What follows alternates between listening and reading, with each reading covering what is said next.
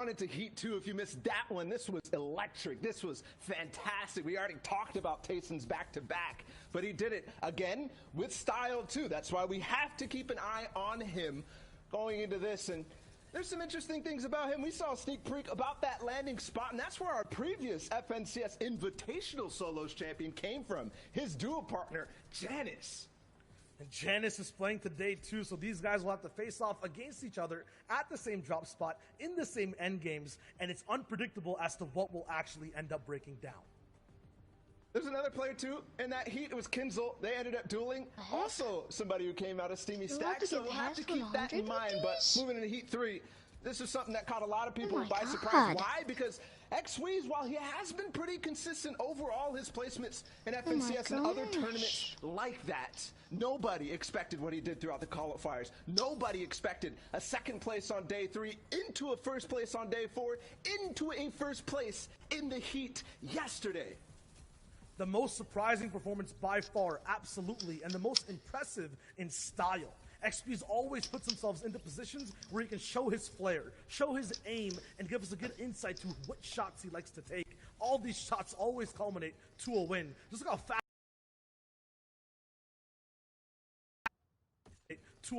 Just look how fast he is past edits, landing the bullets that he needs to land to be able to get eliminations and then win games close range, 4 people back to back, and he did this in multiple games.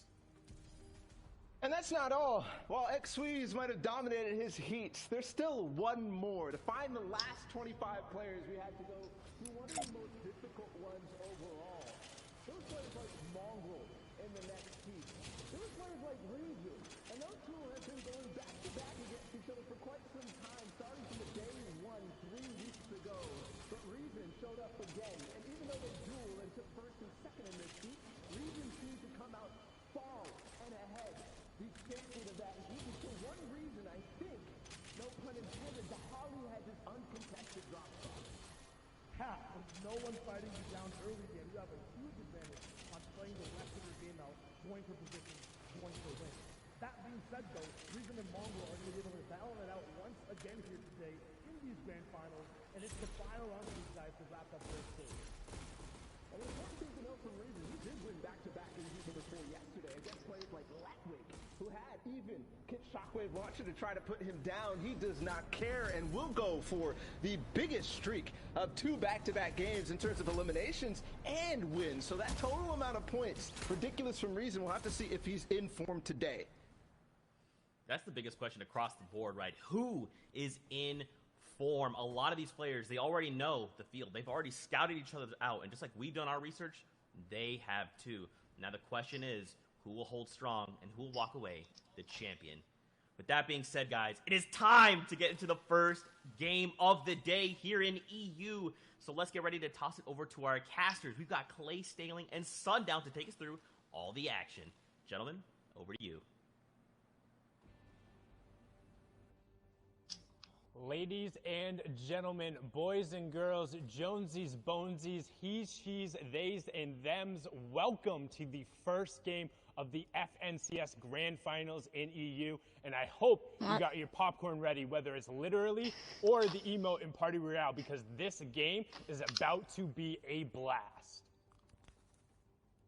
I am ready for seeing all the action unfold. I hope everybody's got their favorite emote out, whether it be take a seat, whether they're with the glow sticks out raving. I'm ready. I know you're ready, Sundown. It's going to be amazing. Enough from us. Let's take us into game number 1. The analyst desk set it up so well. Shout outs to Zeke, Bala, and Showager. But now we're into match number 1. This is it. 6 games to decide who will walk away with that Axe of Champions. Who will be the top player in arguably the most competitive region in Fortnite. It does have the most participants, and there's $800,000 up for grabs here. Here's the initial drop. And it looks like everyone's free to wear that he's playing on top of. We have 3 players in CD.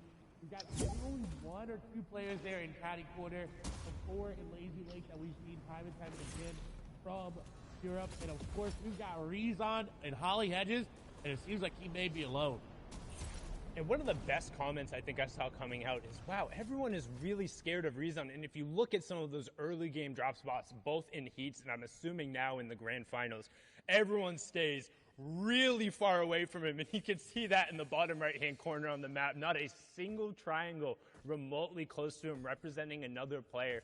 That's because he's done such a good job over the course of the entirety of this tournament to stake out the claim, and then also getting a nice little elite chest right there, granting him the legendary burst AR, and he's set to go now. He can begin his rotation and head to center zone. He has those 6 crash pads, which we've seen him execute on so well, and he's basically set to now just farm the materials he needs and transition into the mid game. However, we've seen him go aggressive time and time again with this similar loadout, as now we swing on over. And you saw how careful he was being. He wasn't taking a chance looting that chest. He didn't want anything to go wrong in game number 1, because that sets the pace of your games going forward. Whether you get out to a head start or whether you have to climb your way back from an unfortunate off-spawn elimination. However, Hen, on the other side of it, does have players nearby. Loadout not as great as what we just saw on Rezon, but someone that also did very well in the qualifiers. Came out, and I believe, got a second place there in one of the days. He's got that Cyber Rivals territory, and he's looking. He's peppered up. He's looking for an elimination. I think he's going to be able to catch this play off guard. Snipe's going to come through. He's going to wait, and he does. Ardent's going to go down. Elimination comes over for him. Brilliantly done there by Hen to set up that ambush on the side. We've talked about it time and time again, how you need to be careful. But in the early game in particular, it's so hard to really know where your opponents are, keeping track of them. If somebody does get that first shot down and you're not able to react, it can be game-ending. And going out there, mid 96 is so hard to 0-point game. And now you have to sit back and watch everyone else have fun while you're sitting there waiting for the next game. Now we pop on board and Candy, who's going to be in the exact same situation as Milan, turns that one around. And someone who's really been playing a lot better as of late, though. He has indeed. I think we have 2 Milans here in this grand final. So got Lafalon and Overlon, but both of them have been playing very, very well. They've consistently been making it to that top 25. It seems like almost every single qualifier. So it's really good to see consistency being rewarded, especially with the way the format is. The format rewards those high placing, high consistent games. So if you're able to get the top 15, top 25, top 10 every single game, you're going to start to make your way to the top of the leaderboard. And that's what the goal is for the end. We talked about so much yesterday how it's, hey, top 25 is all that matters. Here, everyone wants to be number 1. You have to walk away with that top spot. And so is competition if you want the grand prize and the active championship. All the clout that comes with saying, hey, I am the best player in my region after the week of qualifiers, and then coming down to this. And Mr. X, who had a beautiful run yesterday to even get him here. The miracle back-to-back-to-back eliminations, but now under pressure from Rifle, going to get in directly on top of him, but sticking straight to the AR spray. He didn't have a shotgun. That's what we talk about. Those early game fights, he just had the assault rifle and the SMG, opting to stick with the AR, and I think that might have been the wrong call, as the SMG could have offered him slightly more damage in that situation, but Rifle comes through and punishes him. And it was such a close call. That Siphon was just the difference maker once that elimination came through. You see now on another engagement, it's between Wolfies and Maestro. Maestro running off this side on the front foot. The pedal is down. Maestro wants to just continue to push down. Shots go through. He's going to break through the wall. And Wolfies is going to go down. That was a huge pickup there from Maestro Wolfies, who was the second place finisher in the duos of the World Cup. We've seen him play so aggressively, the young player from the UK, but when he's put on the back foot, it can be a little bit challenging there. Maestro did come through, got dropped down to 48 HP, but don't forget, in arena and tournament settings, there is that siphon enabled. That means when you eliminate an opponent, you will get either 50 HP or 50 shield back, depending on which one you end up needing. It prioritizes health first, and then they will also drop all of their materials, all of their loot, and an additional 150 materials, so an extra 15 builds that you can go over and sweep up. That ends up being really key, particularly in the mid and the late game now, as we're on board here with a Ventex, who takes 2 really big shots and is put on the back foot. He is, but luckily enough for him, Crash does not have any shield pop. Now, it's not going to be as good as he is going to be finding time to get those minis in that big shield pop. And Intel over there needs to find an aggressive push into the box and needs to catch him off guard. If Ventex is not able to get this med kit off, this does not look well for them. But it seems like the med kit will be popped, so he does get back to fighting HP. Under 15 HP is enough to withstand some shots. As Krez is now on the back foot, that's exactly what he needed to do. He needed to turn that defense that he was waiting on into that offensive moment. And now Krez is in a very bad situation. 6 builds remaining, no HP to really work with. He's going to have to hit a really big charge shot there. Dana coming through, not going to connect on these shots. He goes to the box, but Krez hits the shot, and that's another elimination for him. And you talked about it. He needed to hit that big charge shot, holding it up and punishing the player. And particularly when you see 2 players box to box fighting with charged shotguns, it's really difficult if you're not able to get that finishing blow right away, like No Luck Nebby does there, finding Kira to close out the fight, because you can have. Oh, Nebby, what? Don't even forget my point there. Nebby showing the power of the hunting rifle, showing up, catching 2 players on the outside. However, look in the bottom right-hand corner. A 3rd player is now rotating by. So can Nebby get all of these resources and get out without getting engaged on? But those are 2 monstrous shots. He's got to feel confident there, and definitely not living up to his name. Plenty of luck going on. And you took the words from my mouth. Nebby with an amazing aim there, just getting what he needed to get started. However, someone who is not having amazing luck is Janus right now. 134 effective HP. It means he fought either off spawn on rotation. Now he is going into the orchard, which does allow him these campfires and the apples that drop that give you 5 HP per consume. He's going to be in a good spot. He's able to really farm up. But Janus drops Steamy stacks. And look at his medal count. It was only 97. Amount of Steamy with only 97 medal is not what he's used to, and this is definitely impacting his game plan. Yeah, and it's going to be tough there. Also, tons of players will know where he is, stoking that campfire, putting off the smoke signal. You can see him, those apples dropping, but instead opting to burn the extra wood. Good trade-off there and good awareness of where he was on the map. However, you do see Spen is lurking and trying to catch out the FNCS Invitational winner here. Janus over on the side, and he does. He gets him real quick. That's the problem. Again, we talk about it, the hunting rifle on the side. If you're not ready for it, it can be a game ender right there. You get caught out farming. And honestly, I think that's a little bit on Janus there. You don't want to be on the edge of the zone and caught gaining materials. Like, yes, you did just get in. You can feel safe. You're back up at that 100 health, 100 shield threshold. But you have to know other players are rotating from that side and going to be behind you. And Spen is actually going to get harassed there as he tries to rotate out. We're going to hop on over to a 3-way fight going on over here. Oh, and now already down to just 2 players. Controller getting into the boxes and getting the shots, picking up 2 eliminations back to back. Flecken gonna fall there, and these are what you need to do in solos. You need to get into the box and you need to finish the eliminations quickly, because like we saw, if you come and you fight and you box fight and you build fight, and more people are going to come and they're going to realize that, and you are going to fall. So very good play there from Controller. And so far, it's been the story of the third party. You hear players talk about it all the time, whether it's your friend or your favorite streamer. That third party is the extra player who comes in. So if you're taking a 1v1 and then somebody else rotating by says, oh, you guys are preoccupied. First, we saw Nebby picking up the 2 shots there, and then Controller closing it out with that epic tactical shotgun. Going to be on board here with Ovation Orion.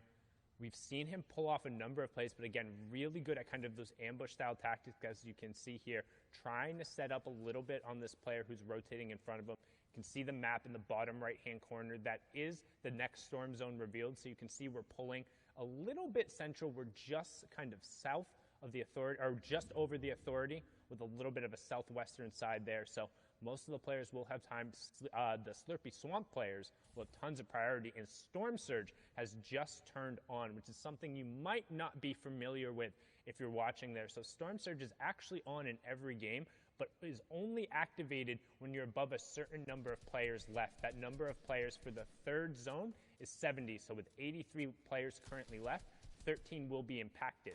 What it does is those who haven't done enough damage to the opposing players will then take 25 damage every 10 seconds. It's to try and encourage a little bit of active play, which we see here from Orion taking out Queasy, who's going to be queasy about that, just being game-ended right there before the rotation occurs, not picking up any points in that match.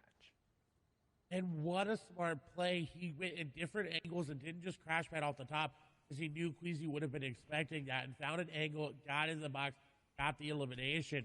That also, with Storm Surge, it causes people to make plays like that. Arion may have decided that, you know what, a couple tags were good. I'm good to go, move on. He's put him pretty high up in the Storm Surge, but he didn't want to take the chance.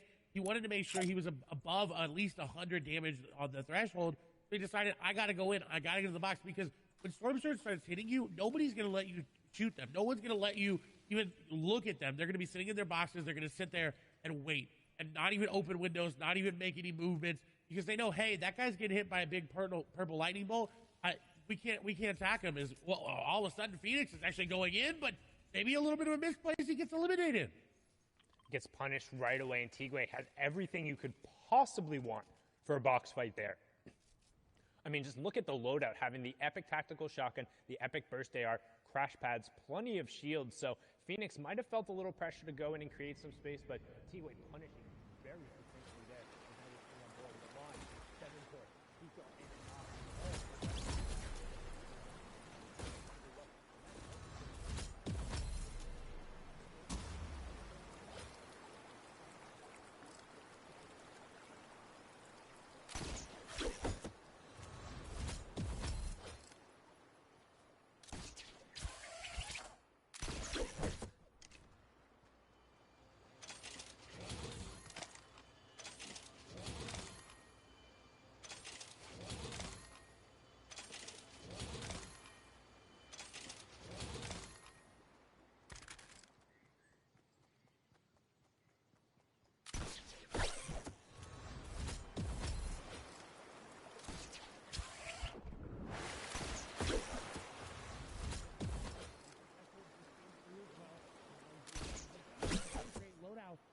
Himself a very good placement here. We know Anas is very, very capable, like we talked about. And he's already stalking another player. He's looking to take down AX Controller. Yeah, and that's Controller 007 from the FNCS Invitational. We saw him have a number of really solid.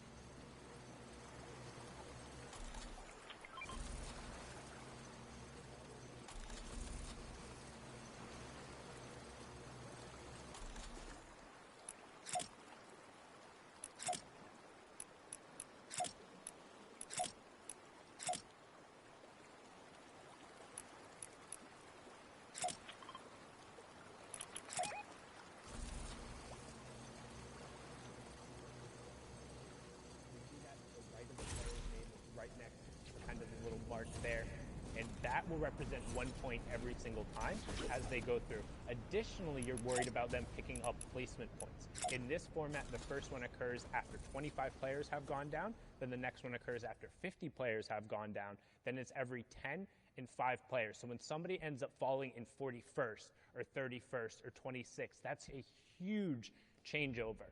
But now, during the middle part of the game, as everyone's rotating through, what they're looking to do is establish space for themselves, make sure they're safe, and then find tags so they're not threatened by that storm surge that we were talking about ahead of time. As now we hop on board here with MCS like Squeezy, who has placed top 25 in 78% of his games this FNCS, best in the EU, and that's something to contrast with the fact that he also plays really aggressive. Early in the mid game, if he gets caught out and he's able to convert, he's had some of the highest elimination totals throughout the entirety of the FNCS, Clyde. And I was going to say, I'm surprised he's not going into this player's box that's literally just fishing in front of him. Someone else tried it and he's waiting. You can tell he wants to get into this box. As soon as he sees that player start to make moves into the other box, or maybe he finds out exactly where they are, he wants to go in, but he's got Letwick right above him, so you can tell he's being a little bit more cautious this time around. In the heat and the qualifiers, he knew he had a little bit of leeway after that.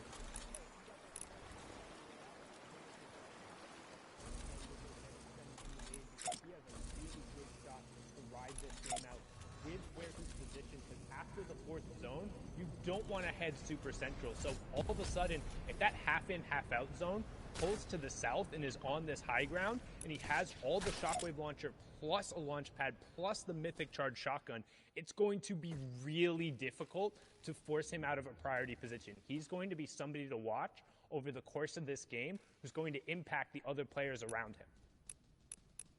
And he's already doing that just with his AR. He impacted Sebi. He's going to take down passive.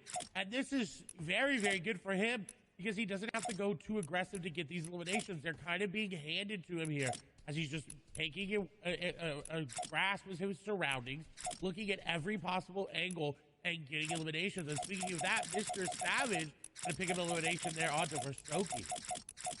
Yeah, and you can see that action kind of being driven as players are forced to rotate in and start to get priority position, because it's not only just about being safe here, it's about establishing yourself for the next rotation, because that half in, half out is so important in terms of priority. But right now, Reason is 5 below the damage threshold. So once this zone clears, he'll start ticking. You want to keep an eye on the top left and then the bottom right-hand corner. That number will need to drop down to 50 players before Storm Surge turns off. And if anybody we're watching is below the threshold, they'll start taking that 25 damage every 10 seconds. And Reason just able to get himself above it with a nice tag there, and he's starting to get aggressive. We talk about the utility of the crash pads. We saw it in the package beforehand, and Bala and Shao talked about how good he can be aggressive on the low ground, and he gets Heatsy there, which is a huge elimination as well, because he pulled that half-in, half-out zone we talked about. Everyone who banked on it being up on the high ground saying, hey, if it pulls up here, I can win the game. Well, they were wrong. It pulled away from them, and they'll be the ones who have to rotate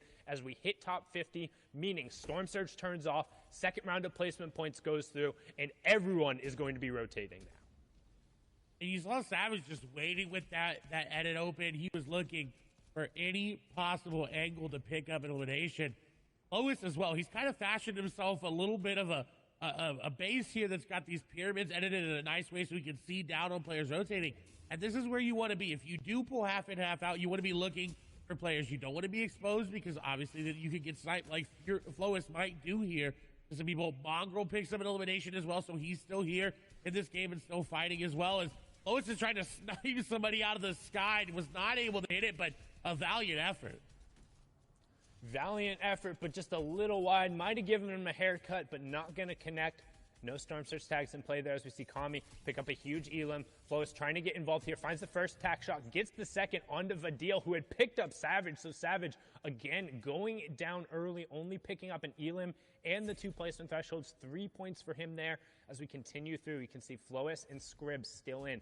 Helix as well. Skype, one of the now veterans, and they call them boomers in the lobby. 3 players in EU are 20 years old, and that is the oldest players who are in the match. But Skype has been around and qualified for nearly every one of these finals. But we're hopping on board here with Quartz Froggy, who had an absurd, just absolutely gross run in heat number 2 to qualify himself. Pushed himself, I believe it was I think it was like 19 or 20 points in the final game to get here, but so far quiet on the day. No eliminations, but a decent loadout as we now transition into those fully moving zones, which means all the safe zones are outside, completely away from the current one, and everyone is going to have to move if they want to avoid that storm damage.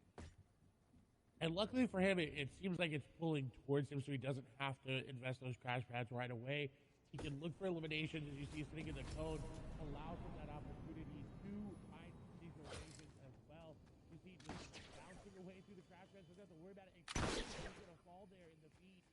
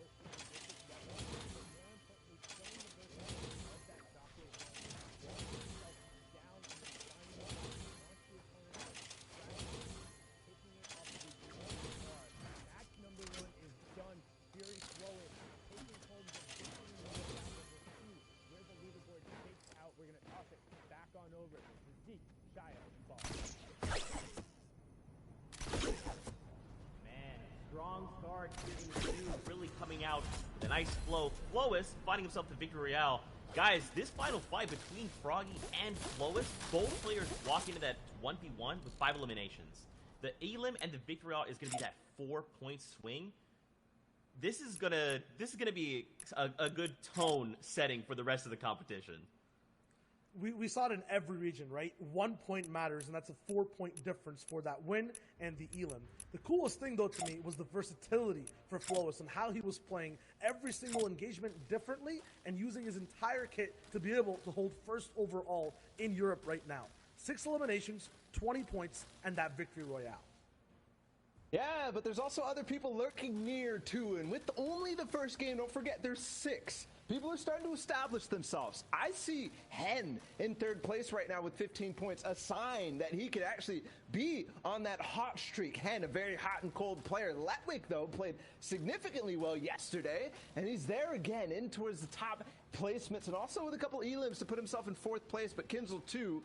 And then the rest of this, I think, is kind of maybe a little different than what we might expect in towards the end of the day. You have Carry, you had Deceptos, you had a Nas. I mean, there are some of these guys who have the potential to win for sure, but I don't know if that's quite it yet.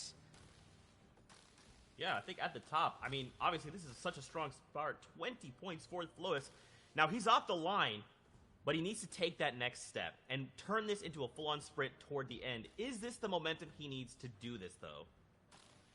Yeah, I mean, for all the people over here, that's the same kind of question, right? And if you haven't seen the standings leaderboard before, the eliminations are the total overall over the 6 games we're playing, as well as the points. And that's a combination of the placement and elims these guys have. So Letchi got 5 points of placement that game in 22nd place, and 2 eliminations. That's 1 point each. But for these guys, they're kind of sitting at 30th place. They don't have to go for a top 25 anymore. No one has to go for top 50. Everyone here is focused on that win, and they're just slightly behind. Still, though, really hot off the gate.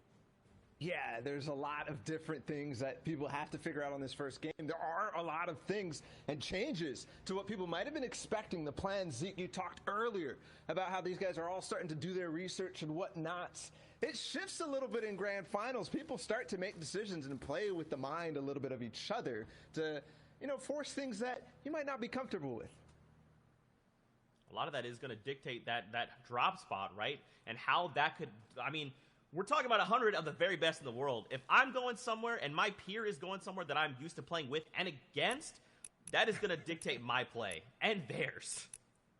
I mean, it always starts from the early game, right? Just in general, the entire tournament, from game number 1, your mentality is set in if you do well, if you do bad, and now everyone has different expectations. If you're like Floris, you're at the top spot. You guys mentioned it. Now it's a game of endurance, of holding it and not faltering when things go bad. And in the grand finals, we have seen tournament after tournament. Being uncontested increases your chances of winning tournaments by tenfold, if not more than that. So being uncontested means you have nobody landing with you. You might be familiar with landing in a hot spot. You don't want to be doing that in grand finals or in set lobbies at all. Yeah, the opposite of that is contested when someone is there. And Mr. Savage and Noah Riley are side by side at the yacht on the northern side of the map. 2 other big names all the way at Slippery Swamp, Kiriachi and then Benji Fishy. Noah Riley was not supposed to go to the yacht with Mr. Savage. Mr. Savage had thought that he had done enough to force nobody to land with him throughout the heats. But you know what changes now for Benji is that Noah was going to be landing in the same main building. And of course, Noah did not want to do that. Challenge one of the best players in the world at off-spawn fighting. Did not want to challenge Benji whatsoever. He'll leave what success he had throughout the qualifiers to end up going against Mr. Savage? I mean, now it's going to be even harder, I think, for Noah Riley all the way up at the yacht. For Benji, even freer. But how did that look in game number 1, right? We're talking about these names, and we missed one of the biggest ones from the first game, Flois, who ended up getting the Shockwave loot. Didn't start with it, though. He was at the Orchard. And a big difference from what we've seen for Flois, because usually it is the Shockwave loot that he's going for in the early game. That's why he got to this spot, but it doesn't matter. He'll grab it anyways, and he's even contested the Orchard. So all I said, Zeke, about being contested, reducing your chance